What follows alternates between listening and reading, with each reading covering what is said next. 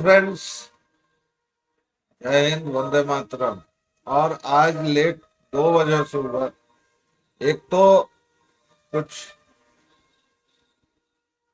जो भी दुनियावी समस्याएं होती हैं वो रहती हैं, और दूसरे ये कि मैं ये सुनवाना चाहता था, अगर बैकग्राउंड में मेरे कुछ बज रहा है थोड़ा डिस्टर्बिंग लगेगा, लेकिन मुझे लगता है कि ये अगर सुनाई दे रहा है तो आज मधुकर भैया की पूजा हो रही है मेरे बगल वाले मंदिर में।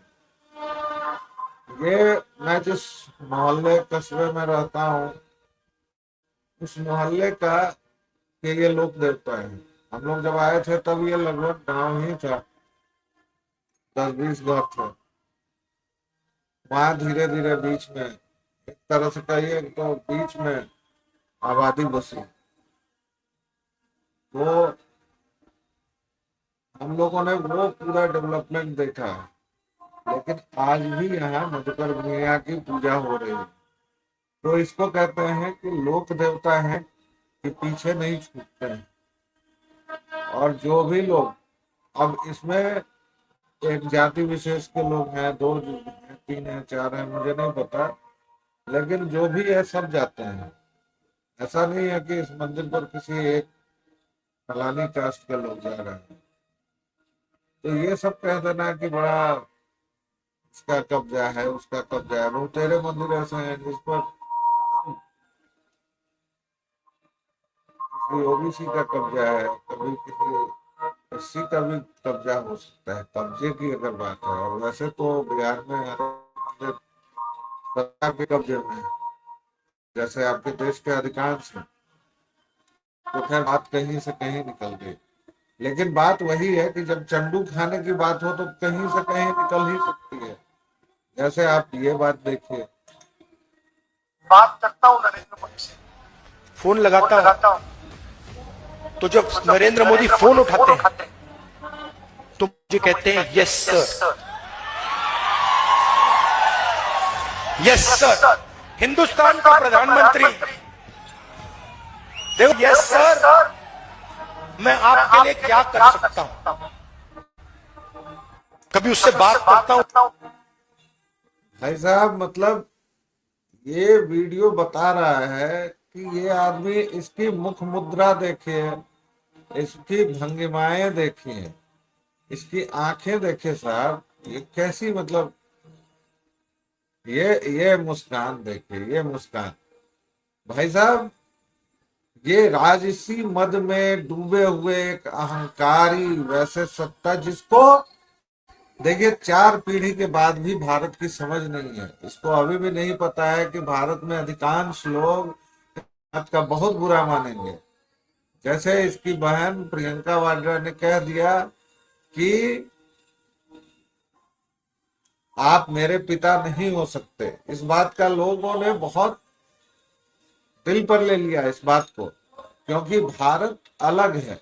यहाँ वो आपके जो स्टीफेनियन दोस्त हैं या देहरादून वाले, वो नहीं बताएंगे, क्योंकि वो आपके पिताजी को भी नहीं बचा पाए थे। उन्होंने राजनीतिक तौर पर एक से एक गलत फैसले लिए, क्योंकि वो अपनी कोटरी में कैद थे, और आप तो नक्सलियों के बीच जाके बैठ गए साहब। इस देश में एक पिता सरीखा बुजुर्ग, अगर उस उम्र को पाया हुआ बुजुर्ग अगर दोस्ती का हाथ बढ़ा रहा है, यस सर, तो ये उसकी मानता है। और आपने जिस तरह से किया है, ये उसका आपका एरोगेंस है। और यही एरोगेंस राहुल गांधी चाहते हैं कि पूरी युवा पीढ़ी में। तभी ये गालीबाज लड़कियों को बुलाते हैं, पहले एक को, फिर 3 को, फिर से पूरी भीड़ इकट्ठा करते हैं। आप क्या कर रहे हैं? कल को मान लीजिए आप प्रधानमंत्री बनेंगे, ठीक है, आप लौह दंड से शासन करेंगे, आपके वो जीन में है, खून में है तानाशाही।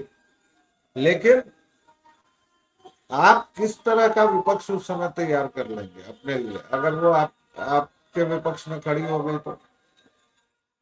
आप कम से कम राजनीति में इस तरह की गंदगी को तो नहीं प्रमोट करते, लेकिन ये कर रहे हैं। हो सकता है उनमें से कुछ को ये टिकट भी दे दें, कुछ को नई पीढ़ी की जड़ी हमने लड़ाया ये कह के लड़वा भी दें। मतलब कांग्रेस अब किस राह पर जा चुकी है, वो आप लोगों के देखने लायक। अब एक और मजे की बात सुनिए, ये वही राहुल गांधी हैं जो अदानी ये देश को बेच दिया, देश को बेच दिया। और ये क्या हो रहा है राहुल जी? क्या हो गया? क्यों नहीं बोल रहे हो? बोल रहे हो? कुछ तो बोलो, बोलो, कुछ तो बोलो। बोलो। ऊपर भाई साहब क्या हो गया? अदानी का ये चल रहा है, क्यों नहीं बोल रहे हो? फ्लैग केरल के सीएम कर रहे हैं, और ये मीम है, इसको बनाया है कि भाई क्यों नहीं कुछ बोल रहे है। ये भाई साहब सीएम है केरल के, और ये भाई साहब मतलब कह रहे हैं क्यों नहीं बोल रहे हो? कि अदानी को देश बेच दिया, अदानी कुछ तो को बोलो। कर दिया। मतलब आप देखिए, ये देश अगर चंदू खाना नहीं है तो क्या है? मैं गलत क्या कह रहा हूँ? इसके अलावा जो लोग, अब कुछ लोग शर्जील के इसमें बैठे हुए हैं, भाई उसने साफ साफ कसम से काटने की बात कही थी। इसके बाद भी अगर डिबेट इस पर हो रहा है कि देशभक्ति क्या है, राजद्रोह क्या है, उस पर मुकदमा कैसे चलना चाहिए, ये क्यों हो रहा है, उसको बेल क्यों नहीं मिल रही है, कमाल की बात है यार। आप कहां से वो सीमा तय करेंगे? अरुंधति सुजैन रॉय कुछ कह जाती हैं, जेएनयू की वो प्रोफेसर कुछ और कह जाती हैं, और जब इनके कार्यक्रम रद्द होते हैं तो ये कहते हैं कि अभिव्यक्ति की स्वतंत्रता। भाई साहब सवाल ये है कि ये लोग कैसी एक पीढ़ी, एक पक्ष जो भी खड़ा करना चाह रहे हैं, क्या इस तरह की बदतमीज, और ये भारत बर्दाश्त कर पाएगा क्या? पहले से इतनी ज्यादा फ्रेजाइल है इसकी जनसंख्या, अब अगर युवा पीढ़ी ऐसी हो जाए तो पूरी की पूरी, और वो नहीं हो पा रही है, यही इनका दुख है। आप देखिए कैसी कि लद्दाख में आर्मी वालों से भीड़ जा रही है, कह रही है कि वी आर जेनजी, और एक तो गलत अंग्रेजी बोल रही है। भाई क्या जरूरी है, क्या किक मिलती है कि आपको अंग्रेजी बोलनी ही बोलनी है? मत बोलो यार अंग्रेजी। लेकिन आप एक क्या करते हैं, पश्चिम से विष्ठा लाते हैं, और ठीक यही काम हो रहा है। नेहरू के समय से लेके अभी तक, इस सरकार के समय तक, अभी भी लोग वही हैं, अभी भी एनसीईआरटी की कमेटी में वही लोग किताबें लिख रहे हैं। कुछ एक किताबें अलग हुई हैं, कुछ एक किताबें ये हुई हैं, तो ठीक है। लेकिन आपको 100 वर्षों का काम 10 साल में, 12 साल में कर देना था। ऐसे ऐतिहासिक निर्णय लेने थे, लेकिन कुल मिलाकर सिस्टम वही वही का वही बना रह गया। ये एक समस्या है, और ये पूरी तरह से अराजकता को और देश के खिलाफ भड़काने को, मतलब आपको हर एक जगह, क्योंकि आपने कुछ देखा ही नहीं है। जब कश्मीर, अच्छा ये देखिए बड़ी बात है कि इन लोगों के पास सारा कुछ है, इंटरनेट है, ज्ञान है, लेकिन वे वो देखते भी नहीं है यार, इन तक पहुंचता भी नहीं है, क्योंकि वो लड़की कश्मीर को ऐसे ही नॉर्मल ही मान रही है। उसके हिसाब से उसकी फ्रेंड्स जा रहे हैं, तमाम लोग, पहलगाम उसकी स्मृति में नहीं है, फिर एक वो नहीं है, अमरनाथ यात्रा कितनी सुरक्षा में निकलती है ये उसकी स्मृति में नहीं है। उसने जब से देखा है तब से अच्छा ही अच्छा देखा है। ठीक उसी तरह जैसे जो गांव पक्की सड़कों से जुड़ गए हैं, जहां इलेक्ट्रिसिटी आ गई है, उन्होंने अगर वो पक्ष देखा ही नहीं है। अभी आप पश्चिम की विष्ठा जिस तरह कहते हैं, लपेटते हैं उसमें, जिसको जिंदगी कह रहे हैं, यानी 2013 तक की जिनकी पैदाइश हो, 1997 से, तो अगर मान लीजिए कि 12 साल इसका शासन और 6-7 साल में आदमी को याद रहने लग, तो अभी जो 19-20 के लोग हैं उनके लिए तो भाई हमेशा से यही चीजें चल रही हैं। उनको नहीं पता है, तो आपको बताना पड़ेगा कि नहीं, गैस की ये ऐसी सर्वसुलभ चीज नहीं थी, बाजार इतना खुला नहीं था, आप जो एक क्लिक पर कुछ भी मंगा लेते हैं वो नहीं था। बहुत सारी इस तरह की बातें हैं जो आपको बतानी पड़ेंगी। अब समस्या ये है कि मेट्रोज में धीरे धीरे, देखिए, अब मैं थोड़ा सा हारमोनियम इधर उधर लेकर निकलता हूँ। प्रॉब्लम क्या है? प्रॉब्लम ये है कि हम अपनी समस्या को उन, अभी तक देखिए, पूरी अगर सार्वजनिक तौर पर शिक्षा नहीं सुधरेगी तो ये समस्या होगी। एक बार अगर सुधरी शिक्षा तो 20 साल लगेंगे एक पीढ़ी तैयार करने में, तब भी। या फिर टर्की जैसा आपको करना पड़ेगा कि रातों रात सारी किताबें बदल दीजिए, सब कुछ, और आप नहीं कर सकते हैं ये। आप अच्छा माने बुरा माने, लेकिन सच यही है। तो आपके पास उपाय क्या है? आपके पास उपाय यह है कि आप 10 साल का काम 5 साल में, 5 साल का काम 6 महीने में, इस तरह से करें आप। लेकिन यहाँ ब्यूरोक्रेसी है, तमाम चीजें हैं, तो यहाँ नहीं हो पाया। उस चक्कर में उनकी सरकार में घोटाले भी होते गए, इनको लगा कि वो बदल देंगे तो ठीक हो जाएगा। लीक क्यों होना चाहिए? आपके कार्यकाल में एक भी लीक हुआ तो धब्बा है, क्योंकि आपसे बहुत उम्मीदें हैं। अगर आप भी वैसे ही लसर पसर चलेंगे तो फिर दिक्कत है ना। और ये तो अजीब शिक्षा मंत्री है ना भाई, जो लेफ्ट को, जो उनका वैचारिक शत्रु है उसको संतुष्ट कर पा रहे हैं ना, अपने लोगों को संतुष्ट कर पा रहे हैं, तो कैसे चलेगा? इसलिए ये पूरी जो एक साजिश है, आपको उसका टक्कर आपको हिंदूवादी तरीके से लड़के देना होगा। अपने लोगों को, अपने बच्चों को देश के बारे में बताना होगा, अपने बच्चों को बताना होगा कि किस तरह से ये चीजें इतनी सुलभ हुई है। आपके पास समय नहीं है तो आपको थोड़ा कम कमाना होगा, थोड़ा ज्यादा संघर्ष करना होगा, लेकिन एक व्यक्ति को, अभिभावक को हमेशा इस पर तैनात रहना होगा। वो नहीं हो पा रहे हैं, लोग मोबाइल के सहारे छोड़ रहे हैं। तो फिर लड़कियां हों या लड़के हों, लड़के सूखा नशा कर रहे हैं। और ये सब चीजें पहले शहरों वगैरह की थी, अब तो कहीं ये कोई दिक्कत नहीं रही है।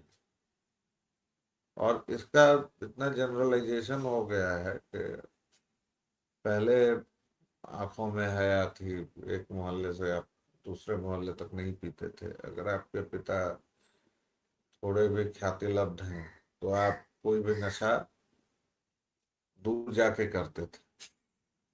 तो ये सब तमाम चीजें थी।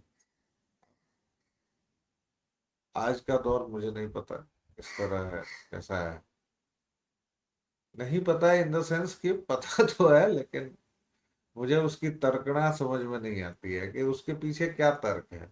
आप अपमानित करने को समझ रहे हैं कि आप बहुत विद्रोही हैं, आप गाली बकने को सोच रहे हैं कि ये स्वतंत्रता है। तो भाई वो स्वतंत्रता तो बिना आप लोगों के इतना हल्ला किए हम लोगों की पीढ़ी को भी थी, हम लोग भी खूब गाली बकते थे।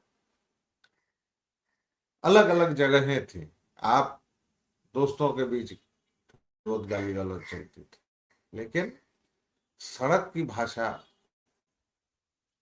विद्यालय की भाषा, परिवार की भाषा और घर की भाषा अगर एक हो जाए तो फिर दिक्कत, क्योंकि हर एक जगह की भाषा अलग होती है।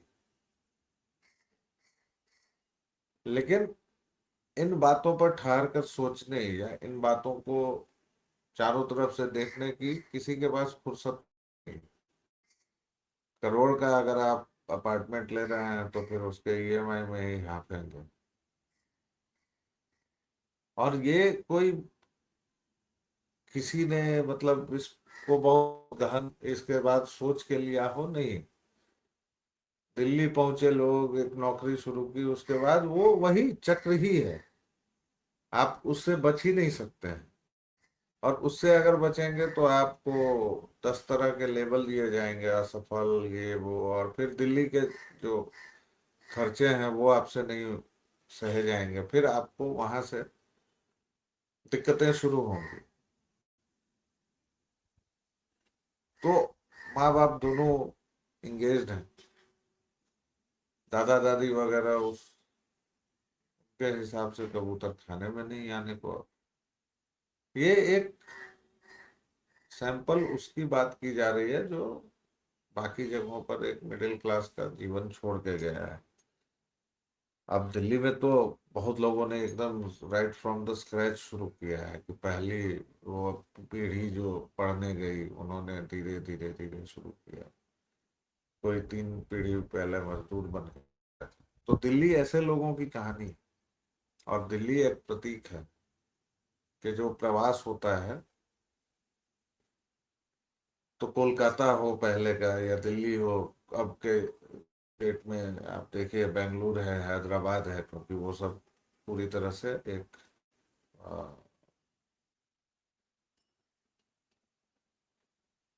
क्या कहा जाए, सेंटर ऑफ अट्रैक्शन है। आज की डेट में जो नौकरियां हैं उनके लिए वो वही सेंटर ऑफ अट्रैक्शन है। तो अभी भी आपकी जो जनसंख्या है, तमाम चीजें हैं, उस पर सोचिए, ठहरिए। आपकी एनर्जी है तो उस एनर्जी को भाई रॉक सुनने, पॉप सुनने के अलावा भी चीजें हैं, बहुतेरी हैं। खोजिए इंटरनेट पर, उसी पर मिलेगा। नहीं मिलेगा तो मैं बता दूं, बॉक्स में पूछिएगा तो। या वैसे ही एक वीडियो बना दूंगा कि आप क्या कर सकते हैं। अभी के लिए इतना ही। वीडियो अगर पसंद आया हो तो इसको आगे बढ़ाइएगा, और वैलोक वाणी पर जिस तरह अपना स्नेह और प्रेम आप बरसा रहे हैं, प्लीज बरसाते रहिए। जय जय श्री राम।